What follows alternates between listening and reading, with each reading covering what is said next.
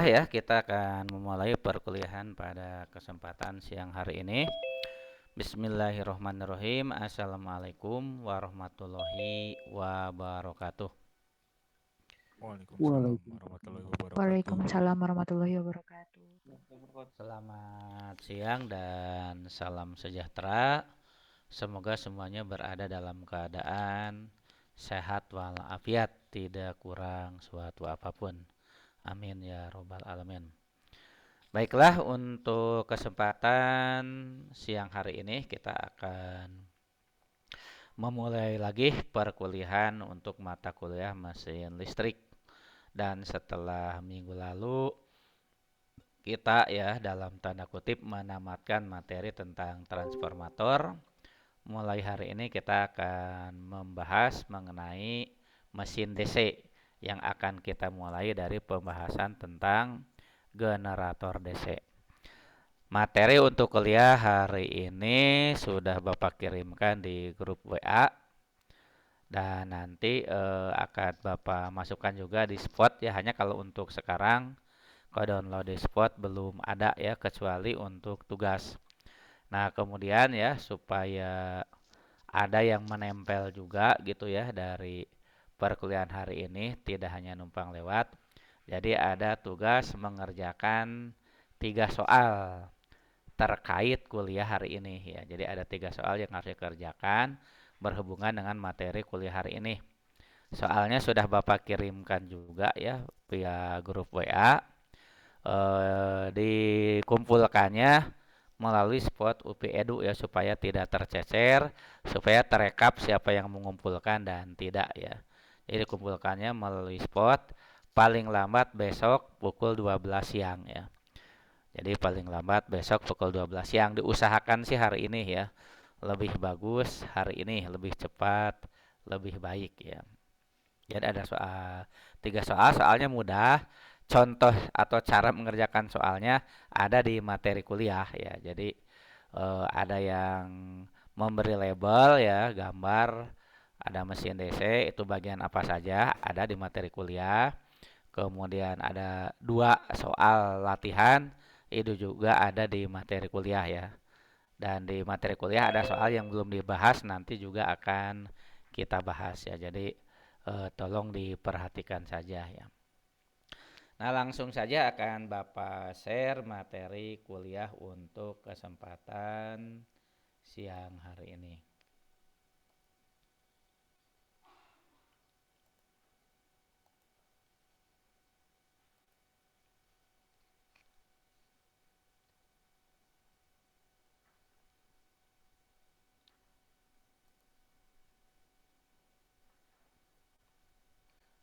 Nah, jadi untuk materi kuliah hari ini adalah membahas mesin arus searah, di mana mesin arus searah sendiri itu terdiri dari generator arus searah dan motor arus searah. Secara konstruksi, secara fisik antara generator dan motor arus searah itu sama ya. Jadi secara konstruksi dan fisik itu sama sehingga pembahasannya sekaligus. Yang berbeda adalah aliran dayanya. Kalau generator arus searah inputnya adalah energi mekanik, sedangkan outputnya energi listrik searah. Untuk motor DC, inputnya adalah listrik ya, energi listrik DC. Outputnya adalah energi mekanik ya, dalam bentuk energi putaran. Jadi ketika membahas konstruksi ya, nah itu sama ya antara generator maupun motor DC. Nah, di sini kita mulai ya dengan membahas konstruksi mesin arus searah. Yang namanya mesin listrik mau searah mau bolak-balik, kalau dilihat dari orang elektro gitu ya, dilihat dari orang listrik, karena oleh orang mesin berbeda gitu ya pembagiannya. Dilihat dari orang elektro hanya ada 3 bagian, yaitu bagian yang diam disebut stator, bagian yang berputar disebut rotor, dan antara stator dengan rotor dipisahkan oleh celah udara ya. Jadi secara sederhana hanya stator, bagian yang diam, bagian yang statis stator ya. kemudian rotor ya, rotary berputar, dan celah udara antara stator dan rotor. Nah, jadi di sini ya untuk konstruksi mesin arus arah terdiri atas stator bagian mesin yang diam, rotor atau jangkar atau armatur adalah bagian mesin yang berputar. Celah udara adalah ruangan yang ada antara stator dan rotor. Nah, perlu ditambahkan di sini bahwa istilah jangkar untuk rotor hanya berlaku di mesin arus arah. Kalau di mesin arus bolak-balik yang disebut jangkar itu adalah stator ya. Jadi jangkar atau armatur ini belitan tempat dibangkitkannya tegangan ya. Jadi belitan tempat dibangkitkannya tegangan. Dibangkitkannya tegangan atau GGL induksi ya. Tegangan induksi. Nah, itu namanya jangkar ya. Kalau rotor mah ya tetap rotor gitu nih. Tapi kalau jangkar itu mengacu kepada belitan tempat dibangkitkannya tegangan induksi. Nah, kalau pada generator DC ini ada di rotor jangkar itu ya. Nah, tapi kalau generator AC ya, generator AC khususnya generator sinkron, nah itu ada di stator jangkarnya. Jadi nanti ya tolong diingat-ingat, jangkar itu tidak identik dengan rotor ya. Jangkar itu tidak identik dengan rotor, tapi jangkar itu identiknya dengan belitan tempat dibangkitkannya tegangan induksi ya. Tapi memang kalau kita bicara generator arus searah, nah maka rotor itu jangkar karena memang pada generator arus searah tegangan itu dibangkitkan pada belitan yang berputar ya. Maka ya belitan yang berputar alias rotor itu disebut sebagai jangkar kalau pada generator DC. Itu tolong diingat-ingat ya. Takutnya beranggapan setiap yang namanya jangkar adalah rotor, tidak ya. Kemudian berikutnya celah udara, yaitu ruangan yang berada di antara rotor dan stator. Stator sendiri atau bagian yang diam dari mesin arus arah itu terdiri gandar atau rangka atau frame, di mana gandar atau rangka atau frame ini merupakan rumah magnetis. Kemudian ada kutub ya, kutub ini merupakan penghasil medan magnet ya. Kutub ini merupakan penghasil medan magnet.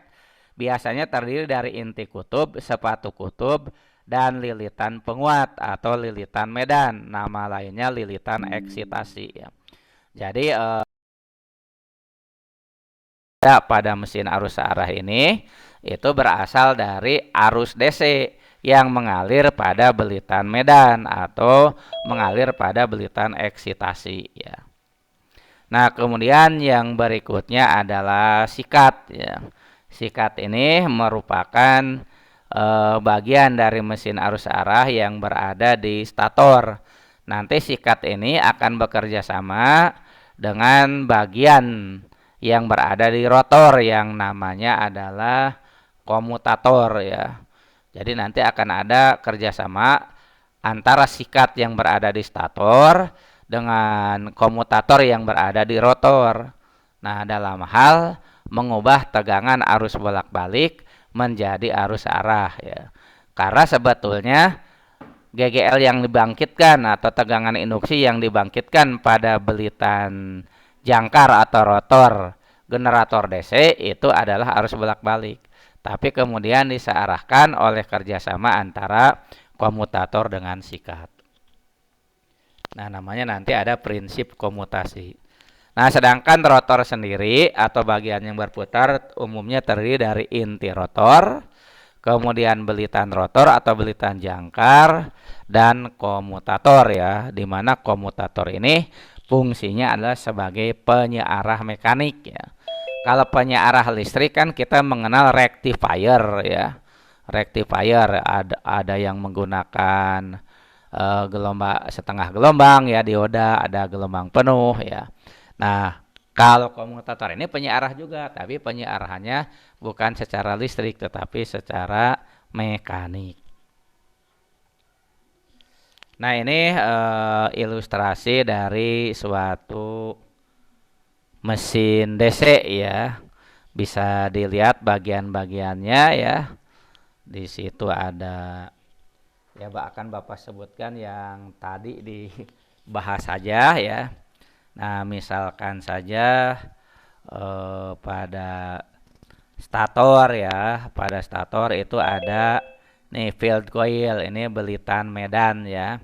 Disebut juga belitan eksitasi, ada volsu ya. Ini sepatu kutub ya, itu berada pada stator ya, berada pada bagian yang diam ya. Nah, sedangkan yang berada pada bagian yang berputar ya, yang berada pada bagian berputar tadi misalnya adalah belitan jangkar ya. Ini belitan jangkar ya. Nah, ini sendiri ya disebut sebagai jangkar ya.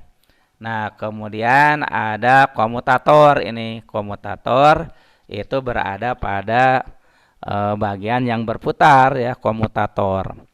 Nah, kalau yang namanya sikat tadi, sikat itu, nah ini ya sikat. Nah, posisinya yang ini, nah yang hitam ini sikat gitu ya.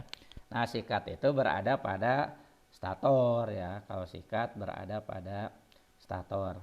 Kalau yang lain ya sebagai penunjang saja gitu ya. Ada shield ball bearing ya, atau kita sering menyebutnya laher ya. Laher itu supaya putarannya smooth ya.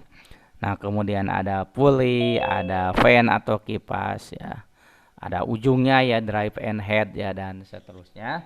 Tapi yang utama itu ya yang diberi warna biru ya yaitu jangkar, belitan jangkar, komutator itu berada di rotor, yang warna merah belitan medan, sepatu kutub, sikat itu termasuk ke dalam eh, yang merah itu bagian yang diam ya, stator ya, bagian yang diam. Nah, ini alternatif lain bagian-bagian dari suatu mesin DC ya, silakan bisa dilihat ya, seperti ini jangkar nih, satu kesatuan ya, ini satu rotor nih. Ya, ini udah satu rotor nih, ini rotor semua ya. Jadi ada komutatornya nih di ujung komutator, ada komutator riser ya, ada inti dari jangkar, ada belitan dari jangkar ya. Nah, kemudian komutatornya sendiri ya ini juga merupakan bagian dari eh, rotor ya, komutator ya. Ada bagian-bagiannya ya. Nah, sedangkan untuk sikat ya, untuk nah ini ada berhubungan dengan sikat ya. Nah, ini sikat ini berada pada bagian yang diam ya. Nah, kemudian ini juga ada belitan medan yang berada di kutub ya. Itu berada juga di bagian yang diam. Nah, itu bagian-bagian dari mesin DC ya, baik Mohon itu maaf, Pak. ya ya. Suaranya agak kecil. Oh iya iya. Sekarang masih kecil? Sekarang sudah lumayan, Pak. Iya ya. Sudah, Pak. Oke ya. Nah, itu ya bagian-bagian dari mesin DC ya. Nah, ini bagian yang sudah dipecah-pecah ya kalau tampak dari atas ya. Jadi ini si jangkarnya dikeluarkan ya, ini si jangkar ya. Ini ujungnya ini yang ada segmen-segmen ini namanya adalah komutator ya, berfungsi sebagai penyarah ya. Nah, kemudian untuk bagian statornya ini ada karbon brush ya. Jadi memang sikat itu biasanya terbuat dari karbon. Ini ada loading spring ya supaya gerakannya fleksibel. Sikat itu dibantu oleh spring, oleh pegas ya. Nah, kemudian ini yang lebih lengkap ya. Ini yang lebih lengkap lagi.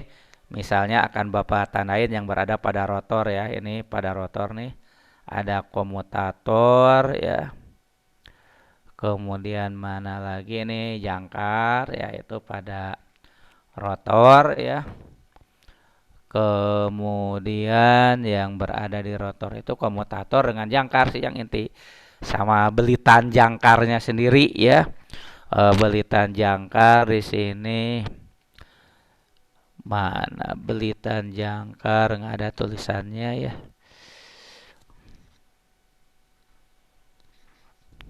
Ya udah biarin aja kita lihat yang bagian di statornya.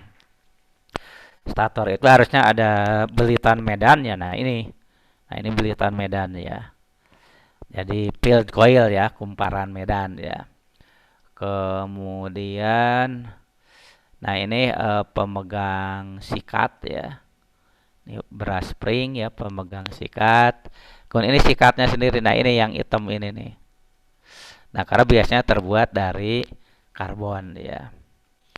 Ya ini kalau brass lead screw ya itu penunjang ya supaya posisinya pas gitu ya. Nah itu bagian-bagian dari mesin listrik ya, khususnya mesin DC. Nah kita lihat satu persatu nih supaya jelas ya. Pertama ganda, rangka atau frame ya, yang merupakan suatu rumah magnetis. Fungsi utama dari rangka mesin adalah sebagai bagian dari tempat mengalirnya fluks magnet. Karena itu rangka dibuat dari bahan ferromagnetik, jadi tidak sembarang ya. Tidak dibuat dari bahan yang tidak ada kaitannya dengan kemagnetan atau kelistrikan gitu ya. Selain itu, rangka pun berfungsi untuk meletakkan alat-alat tertentu dan melindungi bagian-bagian mesin lainnya, khususnya melindungi bagian dalam dari mesin ya. Nah, mesin-mesin yang kecil biasanya untuk rangka dibuat dari besi tuang ya. Untuk mesin-mesin yang kecil untuk rangka biasanya dibuat dari besi tuang. Sedangkan mesin-mesin yang besar rangka umumnya dibuat dari pelat campuran baja yang berbentuk silinder. Nah, di sini yang disebut frame ditunjukkan pada gambar ini ya. Jadi ini merupakan suatu frame nih. Rangka kalau di gambar yang sebelah kiri ini ya ini frame ya, ini rangka. Nah, di dalamnya ya ini kan rangka ini pasti diam ya. Nah, kalau yang ini namanya kutub ya. Di sini ada belitannya ya. Di sini ada belitan medan nih. Ini ada belitan medan. Nah, ini belitan medan, ini namanya belitan medan ya. Nah, belitan medan ini menghasilkan kutub ya. Ini kutub-kutub nih. Ini kutub-kutub magnet ya. Nah, misalnya U, S, misalnya S gitu ya. Utara Izin selatan bertanya, gitu ya. Pak. Ya, ya. Kalau untuk kutub medannya itu berarti bisa berganti-ganti ya, Pak, setiap apanya ini ya, Pak, yang bagian merah tadi ya, Pak. Apakah bisa berubah-ubah gitu ataukah kutubnya itu menyesuaikan dengan jenis kutub yang dihasilkan seperti itu, Pak? Kutubnya tetap jadi tergantung apa namanya arah arus DC yang dialirkan melalui belitan medan. Di sini kan ada belitan medan nih, ada belitan medan nih. Nah, nanti Ya, kan ada betul. arus DC yang mengalir. Nah, si arus itu nanti akan membentuk sedemikian rupa sehingga misalnya ini jadi U, ini S. Kalau ini udah jadi U, tidak bisa jadi S gitu. Oh, oke. Baik, Pak. Kecuali arah arusnya dibalik karena kan menggunakannya arus searah ya. Karena arus Iya, searah Pak. itu kan nilai dan arahnya tetap sehingga nanti utara selatannya juga tetap. Itu. Kalau yang berubah-ubah itu kalau yang di mesin AC ya. Ke mesin AC magnetnya yang kutubnya yang muter. Kalau di mesin DC kutubnya yang diam, jangkarnya yang muter. Kalau di mesin AC si jangkarnya yang diam, kutubnya yang muter. Oh, jadi Jadi bisa ganti gitu ya, Pak ya. Jadi ada yang jadi stator, ada yang jadi rotor gitu, Pak, atau gimana ya, Pak? enggak, kalau stator rotornya mah tetap. Kalau Oh, stator rotor tetap ya. Kalau stator itu bagian yang diam, rotor bagian yang berputar. oh Hanya iya. belitan jangkar dan medannya itu beda gitu ya. Jadi kalau di mesin DC si medannya itu stator. Ini kan medan ini namanya. Ini teh belitan medan ya. Ini medan. Jadi medannya teh statis gitu ya. Jadi medannya teh arahnya ke situ terus gitu ya. Dan tidak berpindah-pindah, udah nilainya tetap, arahnya tetap. Nah, nanti kan di tengah ini ada rotor kan. Di Ya Pak, ada tengah-tengah ini ada yang rotor. bergerak. Rotor itu kan belitan. Nah, nanti rotornya yang muter. Jadi si rotor muter di dalam medan magnet. Maka pada rotor timbul GGL induksi sesuai dengan hukum Faraday. Jadi kalau utara selatan dari statornya tetap. Baik Pak, terima kasih Pak. Ya, ya. Jadi yang berbeda itu dengan mesin AC ya. Kalau generator AC si belitan medannya tadi ada di rotor ya. Kalau belita apa generator AC, generator sinkron, belitan medannya di rotor. Jadi ketika rotor muter, medan magnetnya ikut muter ya. Jadi si medan magnetnya ikut muter, nanti memotong belitan jangkar yang ada di stator itu kalau mesin AC ya. Jadi memang berbeda gitu. Ya, kita lanjutkan ya. Terima kasih atas pertanyaannya. Berikutnya adalah kutub ya. Kutub ini tadi berada di dalam frame ya. Jadi ada di stator. Kutub ini ada inti kutubnya ya, ada sepatu kutub dan ada lilitan penguat. Nama lainnya lilitan medan atau lilitan eksitasi. Flux magnet yang terdapat pada mesin listrik itu dihasilkan oleh kutub-kutub magnet. Kutub magnet diberi lilitan penguat magnet ya atau lilitan eksitasi atau lilitan medan yang berfungsi untuk tempat aliran arus listrik supaya terjadi proses elektromagnetisme. Pada dasarnya kutub magnet terdiri dari dua bagian pokok yaitu inti kutub magnet dan sepatu kutub magnet. Karena kutub magnet berfungsi menghasilkan flux magnet, maka kutub magnet dibuat dari bahan ferromagnetik, misalnya campuran baja silikon. Di samping itu, kutub magnet dibuat dari bahan berlapis-lapis untuk berlapis tipis ya untuk mengurangi panas karena adanya arus pusar atau eddy current yang terbentuk pada kutub magnet buatan tersebut. Nah, ini adalah gambar atau konstruksi dari kutub ya.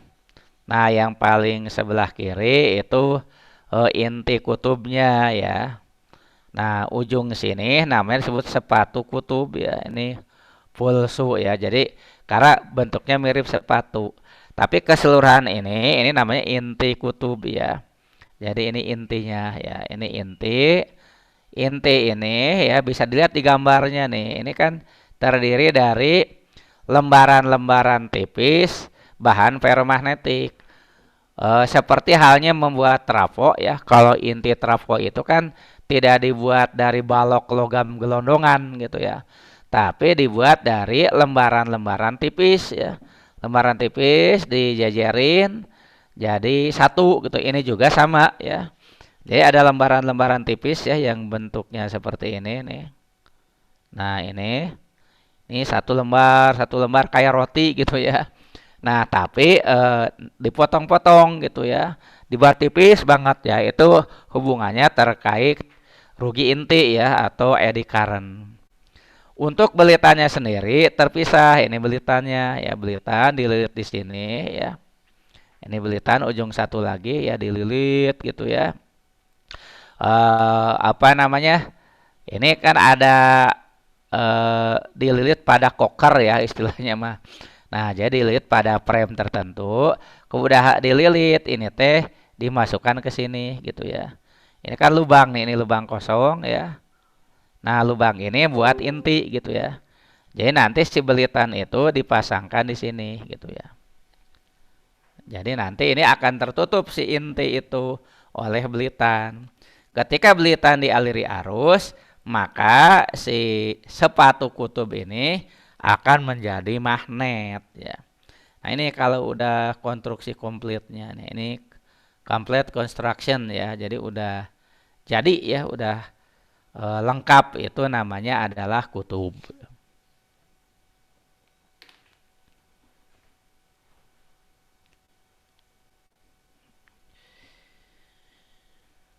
Nah, berikutnya ya kita lanjut sikat.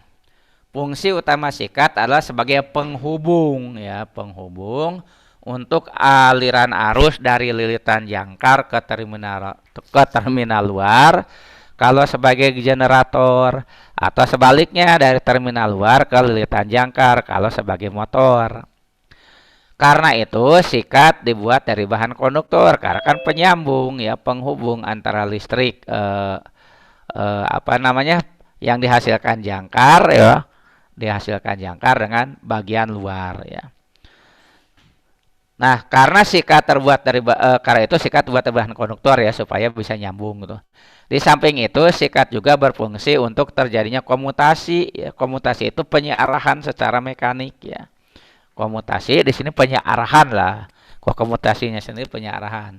Hanya di kasus ini dilakukan secara mekanik ya.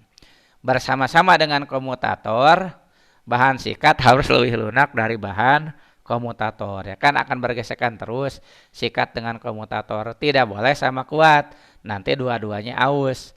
Nah, dibuat sikat itu lebih apa namanya lebih lunak, sehingga pada saat bergesekan yang mungkin rusak adalah sikat. Tetapi sikat itu karena berada di luar mesin apa namanya mudah untuk pemeliharaan maupun untuk penggantiannya. Kalau mengganti komutator itu sangat sulit gitu ya, karena harus dibongkar rotornya ya. Supaya hubungan atau kontak antara sikat yang diam dengan komutator yang berputar dapat sebaik mungkin, maka sikat memerlukan alat pemegang dan penekan berupa per atau pegas yang dapat diatur.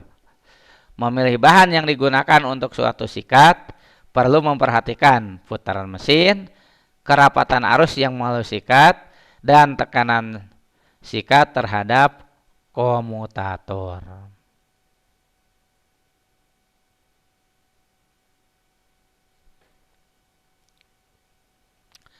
Nah, ini yang disebut dengan sikatnya sendiri itu yang berwarna hitam ya. Nah, karena biasanya disebut karbon brush ya. Nah, ini sikat ya. Nah, ini spring pegas ya. Spring ini merupakan pemegang sikat. Jadi geraknya itu elastis ya. Ya, kalau ini sih dudukan spring ya. Nah, ini juga bisa seperti ini. Nah, ini yang disebut komutator ini. Ini komutator ya, Izin penyearah. bertanya, Pak. Ya, ya. Itu kan sikatnya ya, Pak. Sikatnya kan itu kan berbenturan terus sama komutator. Itu nanti bakal habis atau enggak ya, Pak ya? Ya, Taruh kikis gitu. bakal habis, bakal aus. Berarti diperlukan penggantian dong, Pak, tiap jangka Ya, waktu berapa itu sekali. ya jangka waktu tertentu ada pergantian sikat. Daripada yang diganti komutator, kalau yang diganti komutator mahal. Jadi si sikatnya itu dibuat dari karbon, bahan yang lebih lunak ya. Sedangkan apa namanya? Kalau komutatornya dibuat dari bahan ferromagnetik ya. Jadi di sini nanti ya bagian ini. Nah, ini kan sikat nih, ujung sikat nih hitam ini. Nah, bersentuhan karena kan ini muter ya, ini muter nih. Si komutator itu muter bersentuhan dengan sikat ya. Selalu bersentuhannya ya. Jadi ditekan gitu ya, si sikatnya itu nekan komutator melalui pegas. Tapi memang lama-lama itu akan jadi menipis-menipis ya, jadi aus ya. Nah, ini kan sama halnya juga dengan kalau pada mobil. Di mobil itu kan ada dinamonya gitu ya. Nah, suatu saat si mobil itu nggak bisa dinyalain gitu ya. Nah, karena apa? Salah satunya ya karena dinamonya sudah mengalami kerusakan ya. Biasanya yang terjadi ya salah satu kemungkinannya seperti ini gitu ya. Jadi salah satu kemungkinannya kontak antara sikat arang disebutnya ya. Kalau di lapangan itu sebut sikat arang dengan komutator sudah lemah gitu ya, sehingga tidak tersalurkan listriknya. Kan setelah berjalan gitu ya, setelah berjalan yang namanya kelistrikan dari mobil itu kan disuplai dari dinamo ya, dari generator. Kecuali saat mulai, nah itu memang dari aki gitu ya. Perubahan energi listrik jadi mekanik. Nanti setelah muter, dia malah akan menghasilkan listrik ya. Jadi memang salah satu kelemahan dari mesin DC adalah dibandingkan AC, di mesin AC kan tidak ada yang namanya sikat dan komutator. Nah, itu adalah salah satu kelemahannya, harus ada pergantian secara rutin. Izin bertanya lagi Pak, Iya, iya, iya. terkait dengan sikat ini, kalau satu motor itu biasanya ada berapa sikat ya Pak ya? Biasanya satu aja. Kan kalau DC Cuma mah satu apa ya Pak? namanya? Ya, Cuma satu ya Pak ya? iya. Kalau Ya, tiba-tiba habis gitu Pak istilahnya Pak, nggak ada potensi terbakar gitu Pak? kalau potensi terbakar karena sikat sih nggak ada. Hanya memang kan karena kalau posisi sikat yang kurang pas, itu ada posisi terbakar karena masalah apa namanya, polaritas positif negatif ya. Jadi itu posisi terbakar kalau posisinya nggak ngepas. Jadi menempatkan sikat itu juga harus pas gitu ya. Di mana gitu. Jadi tidak bisa sembarang di mana saja. Harus di daerah netral gitu. Jadi kalau misalnya tidak pas, nanti ada percikan api ketika bergesekan itu. Jadi tidak boleh ada apa namanya, beda potensial yang tinggi lah. Jadi supaya tidak ada percikan api ya.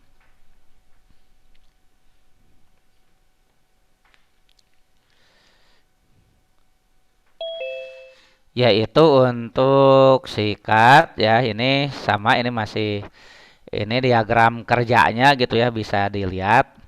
Nah, ini kalau segmen komutator ini banyak ya. Segmen komutator ini banyak, dibuat lebih banyak supaya penyearahannya lebih halus gitu ya. Nah, ini sikatnya nih. Kalau di sini diwarnain merah, ini sikatnya. Jadi ininya muter terus gitu ya. Nah, kalau sikatnya mah diam, tapi sikat itu selalu menekan komutator ya.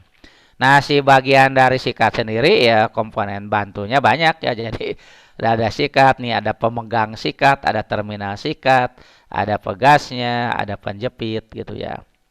Nah, kalau di gambar sebelah kiri konstruksinya beda ya. Ini kan ada yang konstruksi tempat masang sikatnya gini, ada yang begini ya. Ini lebih sederhana nih, yang atas. Ada juga yang seperti ini ya. Nah, karena ini bentuknya melengkung gini, disebut pigtail ya, karena bentuknya seperti ekor babi gitu ya. Kalau itu sih lebih ke mekanik gitu ya, konstruksi mekanik. Ya, konstruksi mekaniknya silakan supaya ya si tekanan sikat pada komutator itu optimal gitu ya. Jadi secara listrik arusnya selalu akan tersalurkan. Nah, tetapi secara mekanik juga rugi-ruginya sekecil mungkin. Nah, yang berikutnya inti atau jangkar ya. Berikutnya inti atau jangkar. Sebelum dilanjut ya, Bapak ke belakang dulu, ngambil air dulu ya sebentar. Karena agak kering nih tenggorokannya.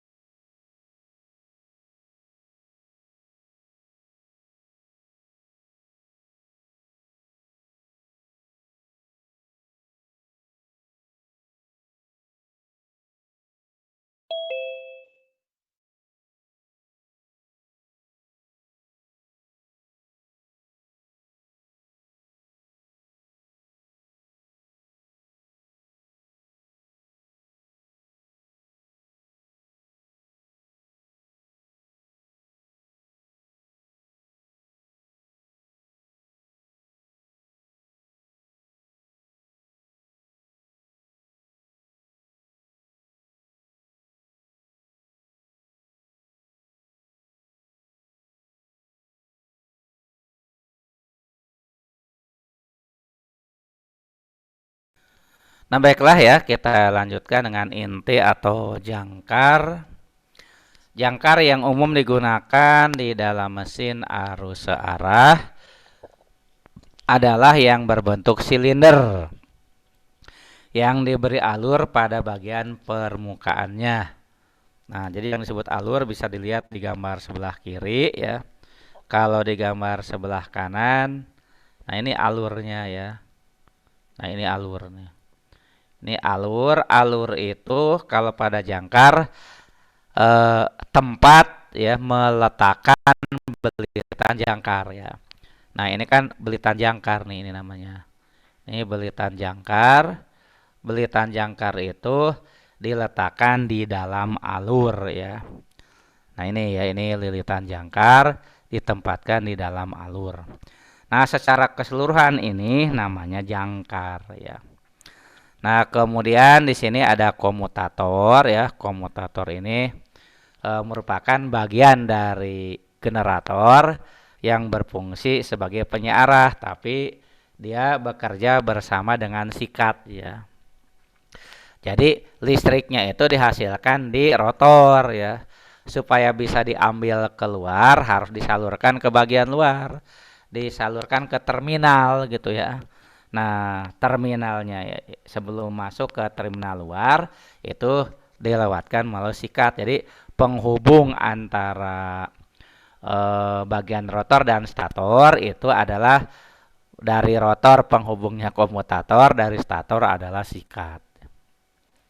Kemudian di situ ada poros ya, ada bearing ya atau bantalan atau laharnya ya. Itu secara mekanik supaya putarannya bagus. Nah, kemudian lilitan jangkar, tadi kan di sini ada lilitannya ya. Ada belitan jangkar ya. Nah, belitan jangkar, nah melilit jangkar itu ya merupakan sesuatu yang tidak sederhana juga ya, ada caranya, ada rumusnya. Dan itu ya tidak kita bahas di perkuliahan ini ya. Jadi untuk bagaimana melilitnya ya, kemudian konfigurasinya harus seperti apa ya. Nah, mungkin kalau misalnya ingin belajar harus apa namanya? Ya bisa belajar ke tukang dinamo atau bisa berkunjung ke SMK yang ada jurusan instalasi tenaga listrik ya, yang ada instalasi pemanfaatan tenaga listrik. Biasanya di situ ada melilit motor ya. Nah, jadi untuk lilitan pada jangkar sendiri ya, itu ada yang namanya belitan lap winding ya, ada lap winding, ada wave winding ya. Nah, kalau secara sederhana bisa dilihat di gambar di sebelah kanan ya. Lap winding ini kalau kita bahasa usahakan sih disebut sebagai belitan gelung namanya ya. Kalau yang ini ya dari namanya belitan gelombang ya. Jadi ada belitan gelung, ada belitan gelombang ya. Nah, kalau untuk belitan gelung sendiri, jadi misalnya ini ya, ini apa namanya belitan yang pertama ya. Nah, untuk ke berikutnya ini ada jarak tertentu ya, ini belitan berikutnya gitu ya. Nah, nanti untuk belitan berikutnya ngambil dari ujung sini lagi, makin sini gitu ya. Nah, jadi ada jarak-jarak tertentu ya disebut ujung dari belitan yang satu menggelung ke belitan lainnya. Nah, kalau belitan gelombangnya seperti gelombang kayak sinusoidal gitu ya. Nah, jadi misalnya udah dari sini, nah ujungnya ke sini, nanti ke sini gitu ya. Jadi tidak ada yang beririsan gitu ya, tidak ada yang menggelung ya. Nah, sehingga nanti pembentukan kutub-kutubnya ya. Jadi karena ini ada arus gitu ya, ini ada arus, nanti di sini tuh akan timbul kutub utara selatan ya. Jadi menggunakan aturan tangan kanan ya. Jadi dengan menggunakan aturan tangan kanan nanti diketahui ya bahwa misalnya arus di sini ke sini, maka sebelah sini adalah selatan, sebelah sini ada utara gitu ya. Dan seterusnya ya. Jadi tergantung arah arus. Nah, ini segmen komutator ya. Jadi kan ujungnya nanti dari ujung sebelah sana, ujung sebelah sini ya, ujung depan masuk ke komutator ya. Nah, komutator seperti diketahui, komutator berfungsi sebagai alat penyearah mekanik ya. Jadi ini komutator itu alat penyearah mekanik. Kenapa mekanik ya? Karena bekerjanya secara mekanik.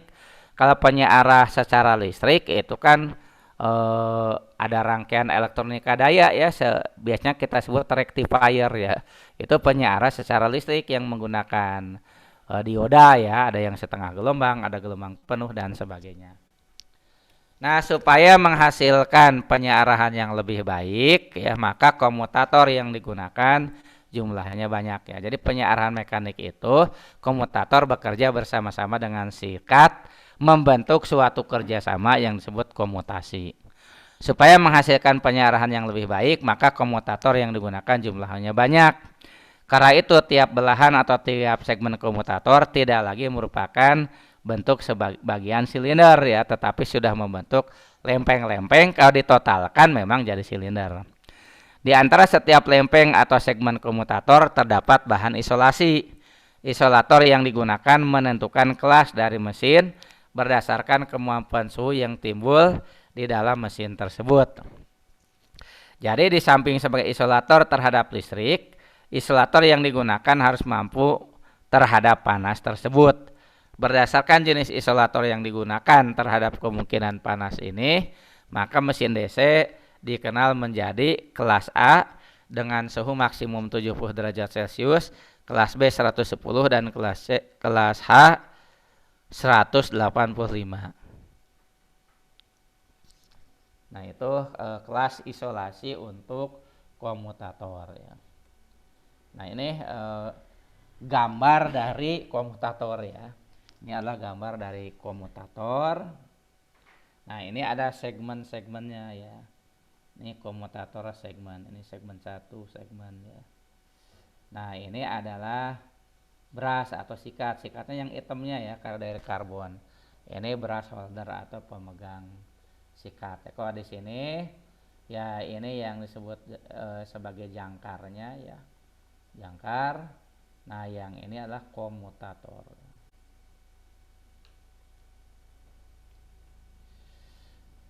Nah, tegangan yang dibangkitkan pada sisi kumparan sebuah generator arus searah sebenarnya adalah dalam bentuk gelombang arus bolak-balik. Nah, itu tadi sudah disebutkan ya. Tegangan yang dibangkitkan pada sisi kumparan sebuah generator arus searah sebenarnya bolak-balik, tapi menjadi searah itu setelah keluar dari komutator ya. Jadi selanjutnya komutator akan mengubah menjadi arus searah. Proses perubahan arus bolak-balik menjadi arus searah oleh komutator bisa dijelaskan sebagai berikut ya. Ya, ini gambar ini sih proses terbentuknya GGL pada sisi kumparan generator ya, karena adanya perubahan flux magnet yang mengenai kumparan ya. Di sini tidak dijelaskan. Nah, nanti ya proses penyearahannya itu ya ada di sini ya. Jadi ini utara selatan, medan magnet ke sini ya. Ini utara, ini utara, ini selatan ya. Nah, ini komutator yang warna emas ini komutator gitu ya. Nanti ada medan magnet, ada GGL induksi, nanti ini muter gitu ya. Nah, nanti ini muter ke sini, muter. Nah, setelah muter nanti timbul GGL induksi ya, nanti si arusnya itu ke sini. Tapi arus yang di sini arahnya selalu tetap, sekalipun arus di sini tidak tetap ya. Misalnya di sini arusnya ke sini, ini teh CD gitu ya. Tapi di sini arusnya memang sama dengan yang ke satu gitu ya, dari belakang ke depan ya, ini belakang ke depan. Tapi di sini juga belakang ke depan ya. Jadi antara yang satu BA, satu CD. Jadi beda gitu ya. Maka kita sebutnya sebagai searah gitu ya. Searah karena kalau sudah di sini arahnya sama ya. Kalau sudah di luar dari sikat ya, sudah lewat komutator dan sikat itu arahnya sama. Tetapi sebelumnya arahnya bolak-balik ya. Ini juga sama ya menjelaskan yang tadi tidak Bapak jelaskan ya. Karena kita satu mata kuliah ini harus membahas banyak ya, jadi rada dipercepat ya, beberapa bagian tertentu tidak dibahas secara detail. Berikutnya tegangan atau gegel induksi pada generator DC. Ya ini sih asal muasalnya ya dari hukum Faraday ya, jadi semua bermula dari hukum Faraday.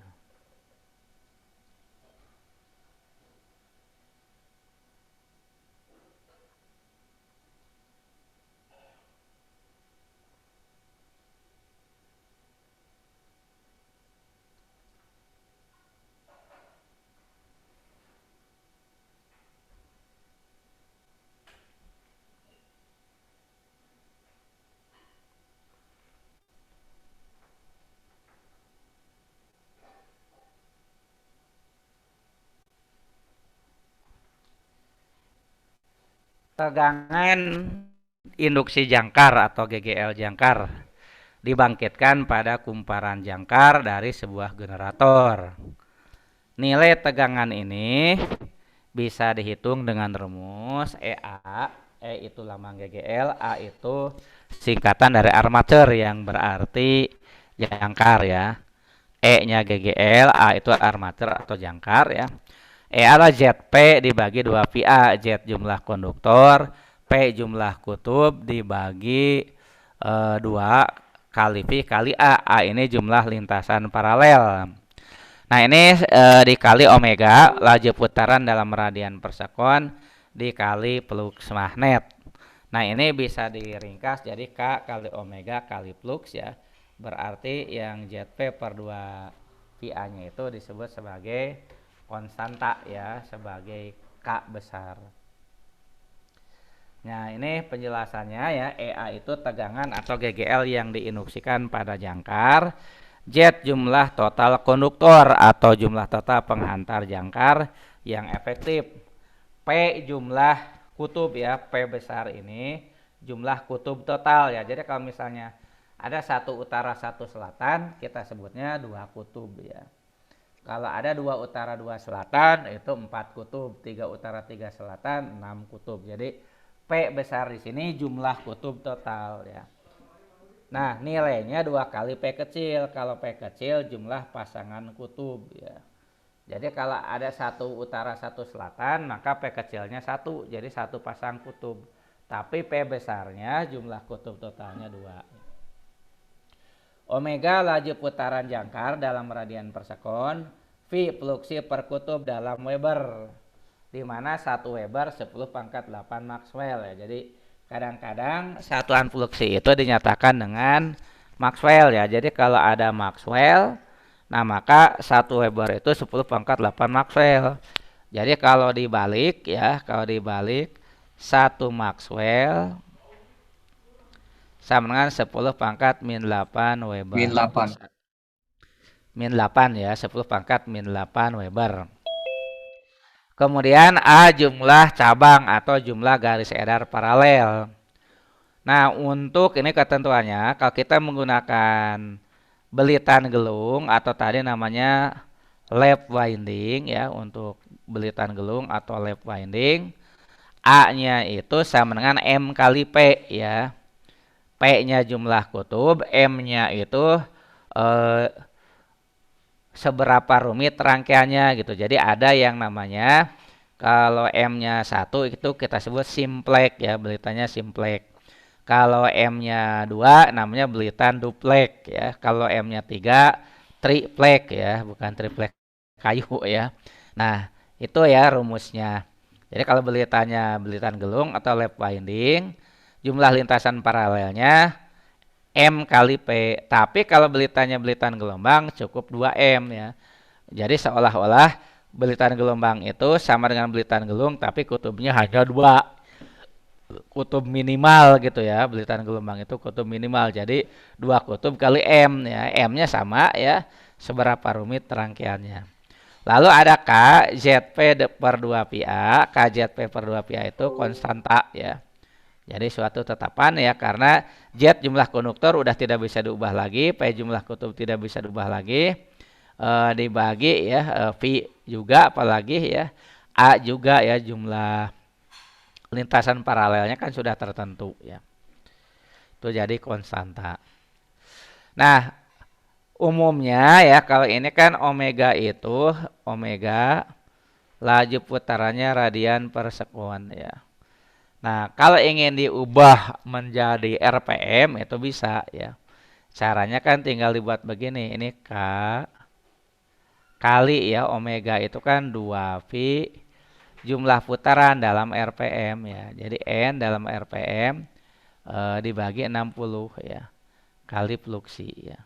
Nah, jadi si K-nya yang akan nanti berubah gitu ya. K-nya yang akan mengalami perubahan. Nah, kalau dinyatakan dalam RPM, maka K-nya ZP per 60A kali N kali fluksi ya. ZP per 60A kali N kali fluksi disebut K aksen kali N kali fluksi. Karena kalau K tadi ZP per 2VA, K aksen ZP per 60A. Lalu ya di yang berikutnya adalah kali N kali fluksi atau K aksen kali N kali fluksi ya. Nah, kalau N-nya sendiri ya dalam RPM, laju putaran dalam RPM. Pak, izin bertanya, Pak. Ya, ya. Kalau untuk Z-nya itu sendiri, apakah dalam satuan ohm, Pak? Enggak, tidak ada satuannya kan jumlah konduktor. Oh, jumlah Jadi Z konduktor. itu Oh, bukan beda lagi. impedansi. Oh, Bukan bukan ya, Pak. impedansi. Ya, Z-nya jumlah konduktor ya. Nah, di sini ada keterangannya. Jadi ini jumlah konduktor atau jumlah penghantar efektif ya. Baik, Pak. Ini ya.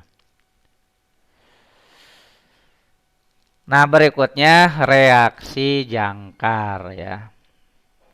Nah, reaksi jangkar itu kalau dijelaskan secara sederhana dulu ya sebelum kita lihat paparan atau tulisan di sini, kira-kira kan begini gitu ya untuk reaksi jangkar itu.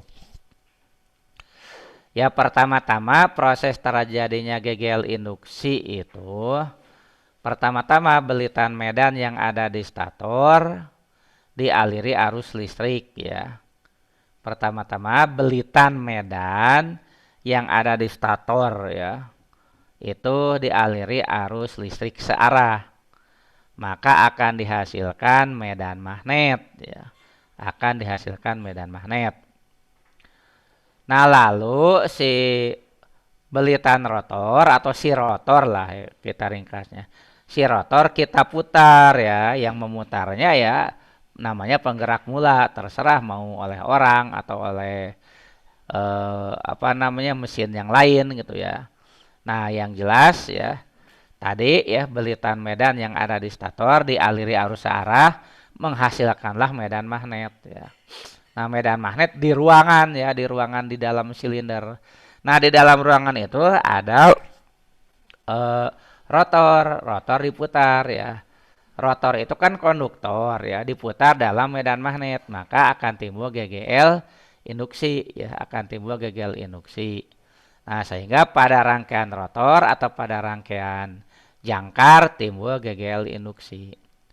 Nah, permasalahannya adalah ketika rangkaian jangkarnya terbuka hanya ada GGL, tidak ada arus ya.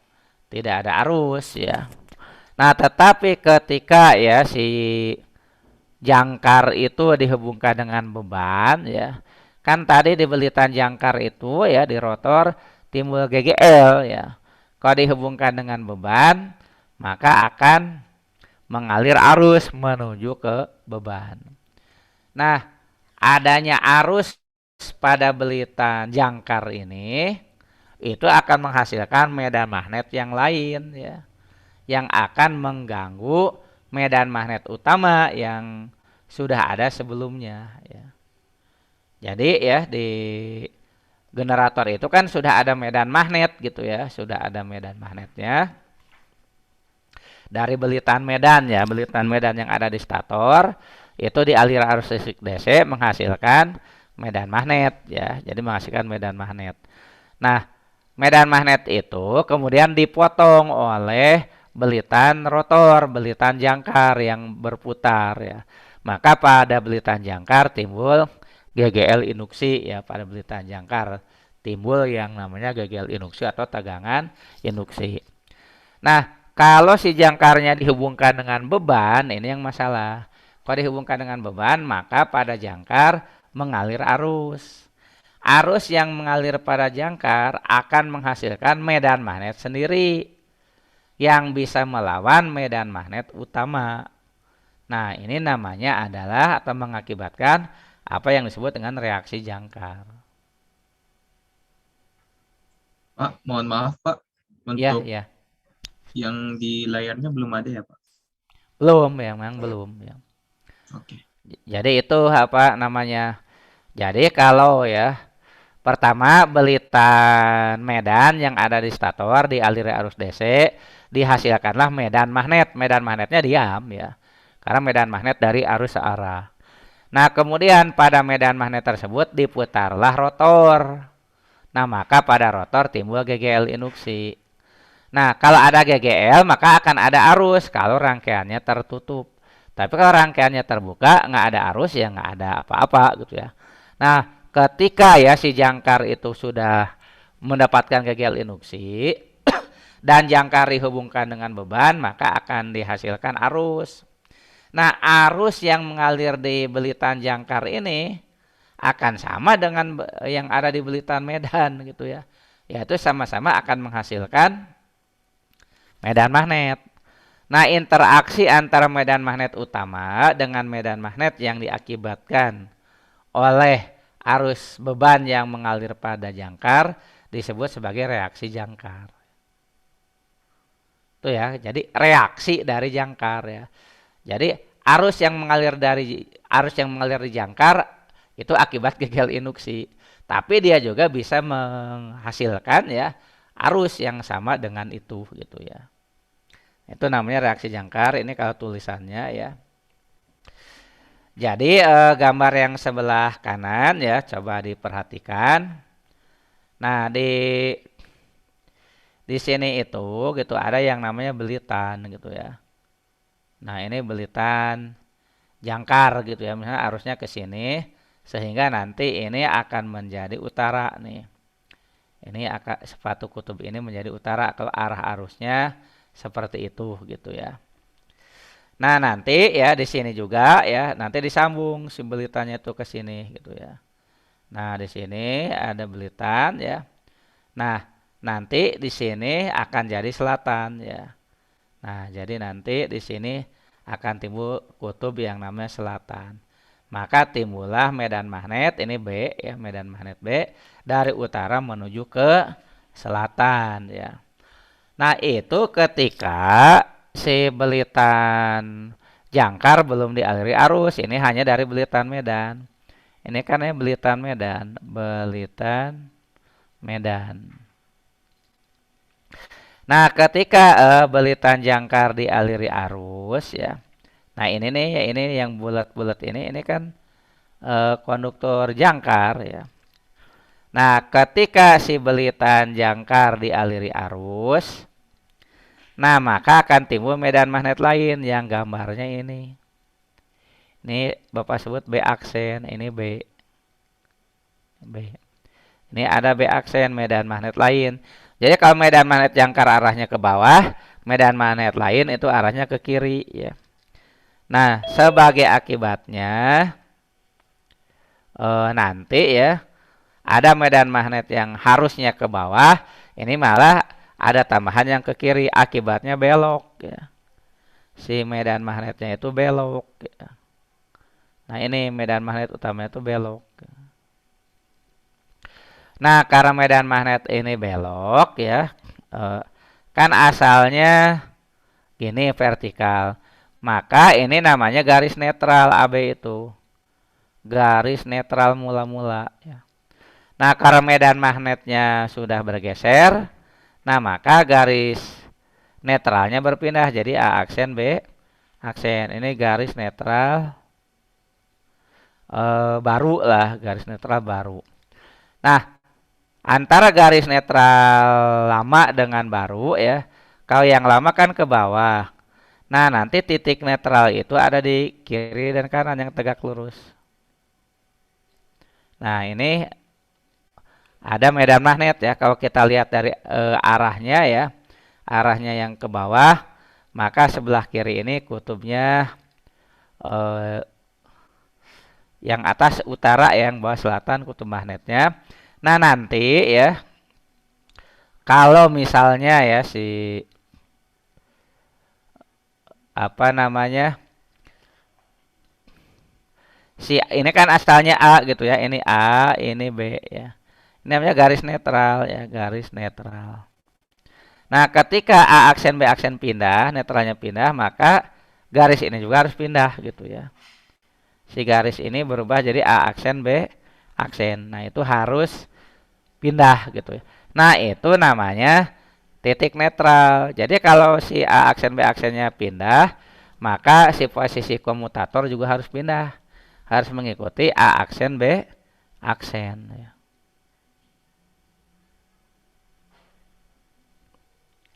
Jadi ini terjadi Kalau pergeseran. beban, Kenapa? izin Pak, Ya, kalau bebannya di sambungnya makin besar gitu Pak, apakah nilai pembelokannya juga makin besar juga Pak? iya, ya betul. Ya kalau bebannya makin besar, nanti arus arus yang dihasilkan makin besar, maka medan magnet yang dihasilkan beban juga makin besar. Jadi akan makin mendistorsi medan magnet utama ya. Nah, ya, kenapa itu disebut reaksi jangkar? Jadi karena ketika arus ada, dia juga akan menghasilkan medan magnet yang dan arahnya berlawanan dengan medan magnet yang semula ya. Reaksi jangkar mengakibatkan medan utama tidak tegak lurus pada garis netral teoritis, tetapi bergeser sebesar sudut alfa ya, sehingga tegak lurus pada garis netral teoritis yang baru A aksen B aksen. Sikat yang diletakkan pada permukaan komutator yang terletak di garis netral AB harus digeser letaknya supaya tidak timbul bunga api. Sikat harus digeser sesuai dengan pergeseran garis netral. Bila sikat tidak digeser, maka komutasi akan jelek sebab sikat terhubung dengan penghantar yang mengandung tegangan.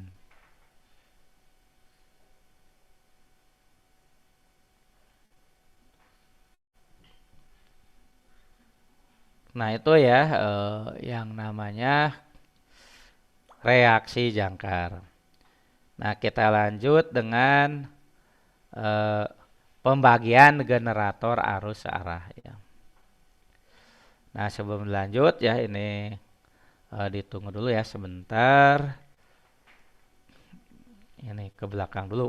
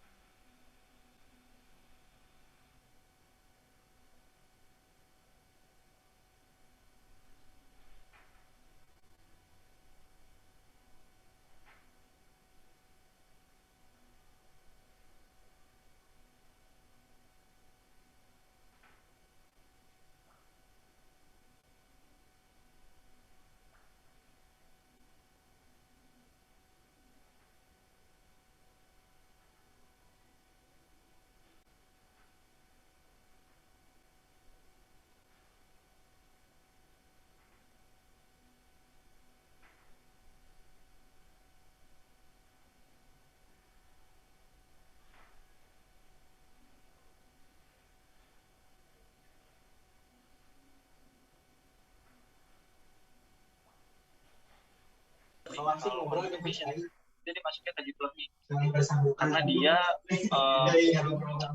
membutuhkan sebuah proses yang memang itu harus pada bahasanya itu ini ya layer ya kalau di deep learning gitu ada layer. Jadi karena yang diproses itu adalah gambar dan data gambar juga nggak sedikit kan ada data gambar itu ada proses namanya tuh apa, saya nggak kuat banget sih di computer vision, tapi dari segala sisi itu gambar walaupun satu gambar kan foto kita gitu, foto kita nggak mungkin cuma masuk satu gambar dari depan, harus dari samping, bisa sedikit dan itu satu objek aja itu nggak cuma satu gambar tapi terdiri dari beberapa gambar biar si mesin itu atau model AI-nya itu deteksinya itu lebih akurat gitu. Nah, kenapa dia pakai deep learning? Kalau machine learning itu dia banyak digunain ke data science sama itu sih deep learning juga ada. Kalau natural expression juga dia ada pakai deep learning juga kalau natural expression. Tergantung data sih teman-teman. Jadi kalau datanya yang diproses sedikit, nggak banyak banget, itu teman-teman bisa pakai machine learning. Nah kalau misalkan teman-teman datanya banyak, kayak berupa data gambar, data teks misalkan kita ngambil data tweet. Nah, baiklah ya, kita lanjutkan kembali. Nah, untuk generator arus searah, ya ini dibagi-bagi lagi ya. Berdasarkan hubungan antara belitan medan ya dengan belitan jangkar ya. Jadi berdasarkan hubungan antara belitan medan dengan belitan jangkar. Nah, itu dibagi menjadi dua jenis, yaitu generator dengan penguatan terpisah dan generator dengan penguatan sendiri ya. Jadi ada generator penguatan terpisah ya. Ini penguatan terpisah dan ada generator penguatan sendiri ya. Nah, untuk generator penguatan terpisah yaitu jika arus untuk lilitan kutub magnet berasal dari sumber arus searah yang terletak di luar generator ya. Nah, jadi disebut terpisah gitu ya. Jadi arus untuk lilitan kutub magnetnya berasal dari sumber arus searah yang terletak di luar generator.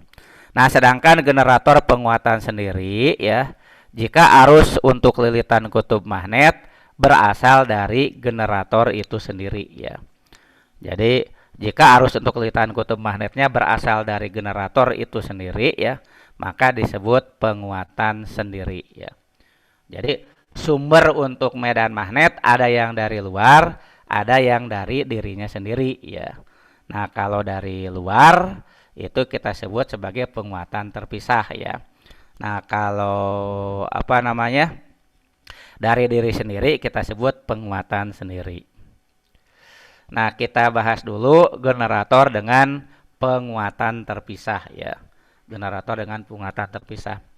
Dengan terpisahnya sumber arus searah untuk lilitan medan dan untuk generator ya, berarti besar kecilnya arus medan tidak dipengaruhi oleh nilai-nilai arus ataupun tegangan pada generator. Nah, ini rangkaiannya, yang rangkaian ekuivalennya itu ditunjukkan oleh rangkaian di sebelah kanan ya, rangkaian ekuivalen listriknya. Nah, sedangkan koneksinya ya itu ditunjukkan di rangkaian sebelah kiri ya. Nah, jadi yang biru itu namanya belitan medan ya. Yang biru itu namanya belitan medan. Ini belitan medan ya. Belitan medan. Nah, jadi nanti dia dialiri oleh arus ya. Yang sumbernya dari luar ini. Ini sumber dari luar ya. Sumber dari luar. Nah, ini dialiri sumber arus dari luar, nanti mengalir arus seperti yang ditunjukkan pada gambar ya. Nah, si belitan ini kan berada pada inti kutub ya, maka sesuai dengan aturan tangan kanan nanti ini akan jadi utara dan selatan ya. Karena ada utara selatan, maka di sini nanti ada medan magnet ya, yang berarah dari atas ke bawah, itu artinya dari utara ke selatan. Nah, ketika jangkar generator ya, jangkar generator yang ada di tengah itu diputar, maka timbul GGL ya. Nah, GGL ini akan menghasilkan arus ya. Ini yang warna merah ya. Nah, ini yang warna merah ini ya.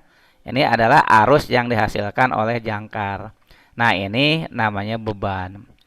Perhatikan antara belitan yang warna biru, belitan medan, dengan belitan jangkar yang berwarna merah, itu tidak ada hubungan konduktif ya.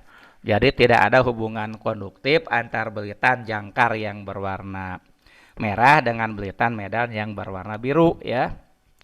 Nah, karena tidak ada hubungan konduktif ya, tidak ada hubungan konduktif, maka kita sebut sebagai terpisah. Nah, jadi di sini seolah-olah ada dua rangkaian listrik. Pertama adalah rangkaian jangkar, ini namanya rangkaian jangkar ya. Dan yang sebelah kiri namanya rangkaian medan. Ini adalah rangkaian medan ya. Jadi yang sebelah kiri rangkaian medan, yang sebelah kanan adalah rangkaian jangkar. Nah, rangkaian medan ya, ini ada GGL medan ya. GGL medan itu yang ini ya. Nah, ini EM, ini GGL medan. Nah, ini ada R variabel, biasanya dipasang di sini ya. Ini R variabel dipasang di situ. Buat apa? Untuk mengatur besar kecilnya arus medan. Jadi kalau arus medannya ingin besar, sehingga medan magnetnya besar, R-nya dikecilin ya. Kalau medan magnetnya ingin kecil, ya berarti arus medannya kecil, R-nya yang dibesarkan ya. Nah, yang ini ya namanya IM ya, arus medan ya. Kemudian kalau yang merah itu yang rangkaian sebelah kanan ya. Nah, ini arus beban ya, ini arus beban yang sebelah kanan ya, arus beban sebelah kanan. Nah, kenapa disebut arus beban? Karena melewati beban, ini I load ya, IL. Nah, sedangkan arus yang melewati jangkar namanya IA, I armature, ini arus jangkar ya. Ini arus jangkar ya. Ini arus jangkar. Nah, di kasus ini arus jangkarnya dengan arus yang mengalir di beban sama ya. Nah, nanti muncullah persamaan-persamaan ya untuk rangkaian medan, arus medan sama dengan E medan dibagi RM plus R ya. Jadi arus medan adalah GGL medan dibagi resistansi medan plus resistansi medan itu ini ya, belitan medan. Belitan medan kan ada R-nya, tambah R tambahan ya. Kemudian untuk sebelah kanan arus jangkar dengan arus medan sama ya. Kemudian rangkaian pada rangkaian sebelah kanan dengan menggunakan hukum Kirchhoff 2 ya. EA itu yang tadi rumusnya ya, K kali omega kali fluksi ya, atau K aksen kali N kali fluksi. Itu sama dengan VT, tegangan terminal, ditambah IARA, ini RA, ini IA ya, drop tegangan pada jangkar, tambah 2 delta E. Ini delta E, ini delta E, itu rugi tegangan pada sikat. Kenapa kali 2? Karena sikatnya ada 2 ya. Jadi delta E itu rugi tegangan pada masing-masing sikat. Jadi 2 kali delta E itu rugi tegangan total pada sikat. Lalu tegangan terminal ya, tegangan terminal ini IL kali RL ya, IL dikali RL. Kemudian daya yang dihasilkan pada jangkar ini adalah PA EA kali IA ya. Kan di jangkar itu dihasilkan listrik ya, GGL-nya EA. Kalau dia berbeban arusnya IA ya. Jadi daya yang dihasilkan di jangkar EA dikali IA. Lalu kalau daya di beban ya VT kali IL. VT-nya tadi IL kali RL ya. Jadi bisa ditulis IL RL kali IL atau IL kuadrat RL. Nah, sekarang kita lihat contoh soalnya ya. Ini contoh soalnya yang mirip-mirip dengan soal yang diberikan sebagai tugas ya. Nah, ini kita lihat dulu untuk soal apa namanya? Kita lihat dulu untuk soal penguatan terpisah ya.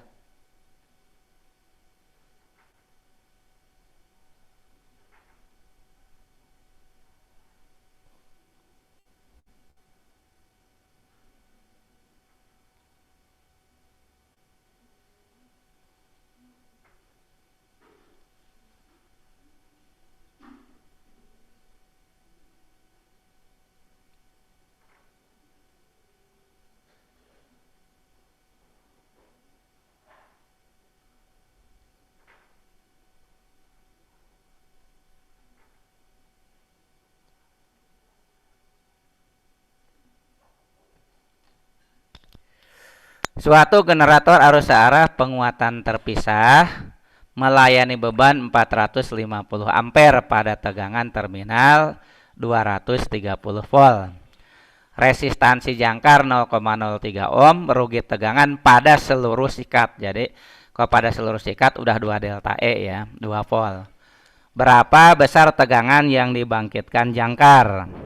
Jika arus medan untuk membangkitkan flux magnet dipertahankan sebesar 2 ampere, tegangan sumber arus searah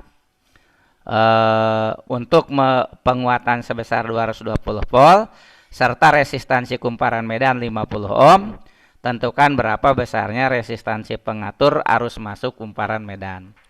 Kita lihat ya si bebannya dulu ya. Ini IL, ini 450 ampere ya. Tegangan terminal ini VT ya 230 volt ya. Resistansi jangkar 0,03 ohm ya. Ini RA ya 0,03 ohm. 0,03 ohm. Rugi tegangan pada seluruh sikat ya, delta E ini 1 volt, ini 1 volt ya. Jadi rugi tegangan pada seluruh sikat 2. Berapa besar tegangan yang dibangkitkan jangkar ya? Kita gunakan rumus yang tadi ya, EA itu adalah VT ya plus IARA. Jadi EA itu VT plus IARA plus 2 kali delta E ya. Nanti dapat VT-nya 230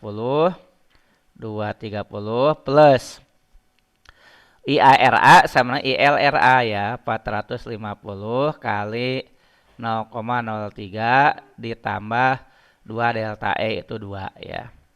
Nah, nanti hasilnya adalah 230 ditambah 13,5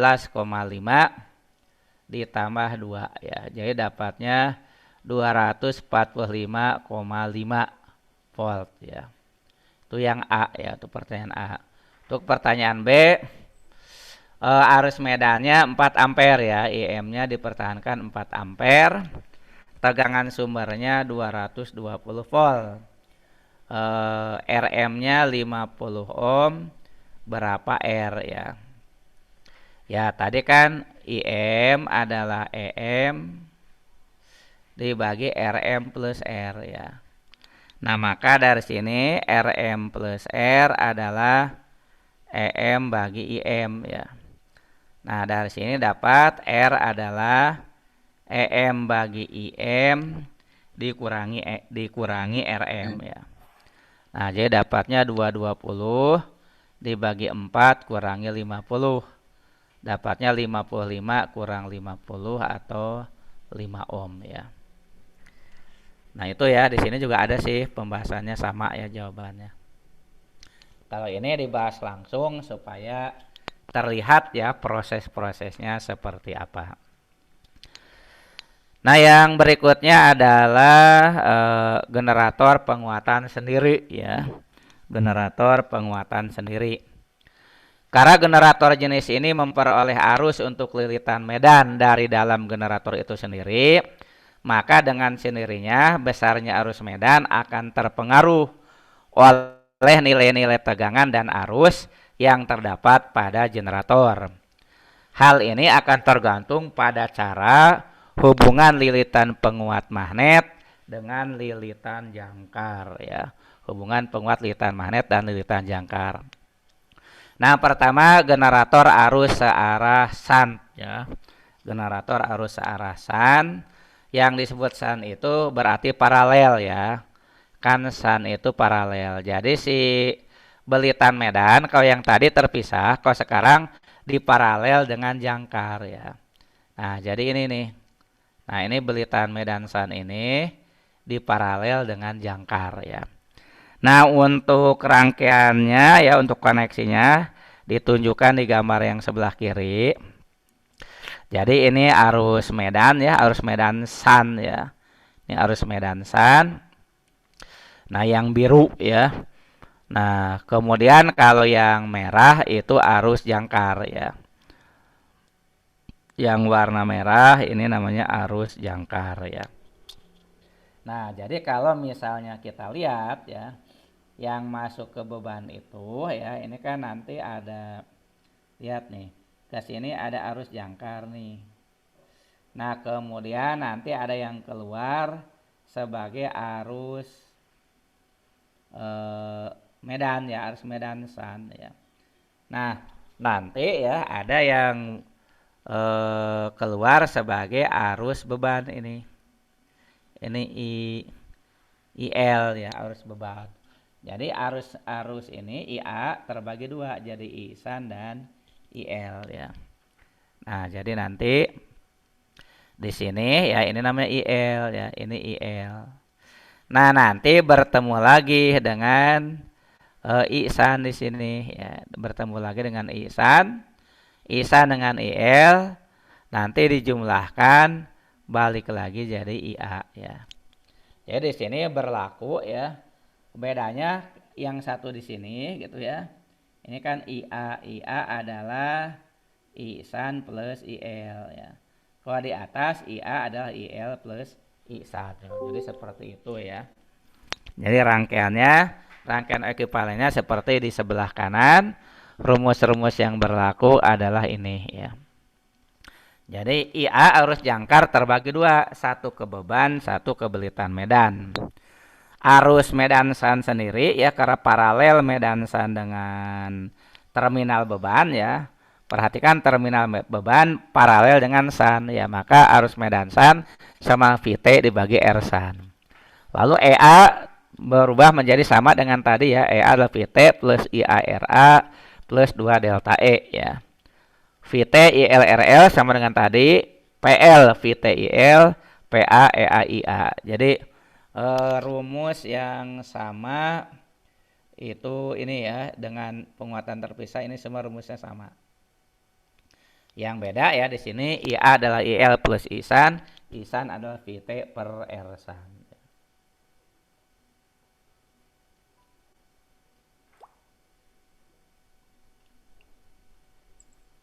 Pak, izin bertanya, Pak. Ya, ya. Yang 2 delta E itu maksudnya adalah yang rugi tegangan total ya, Pak? Ya, 2 delta E itu udah rugi tegangan total pada sikat ya. Oh, oke, Pak. Makasih, Pak. Iya, iya.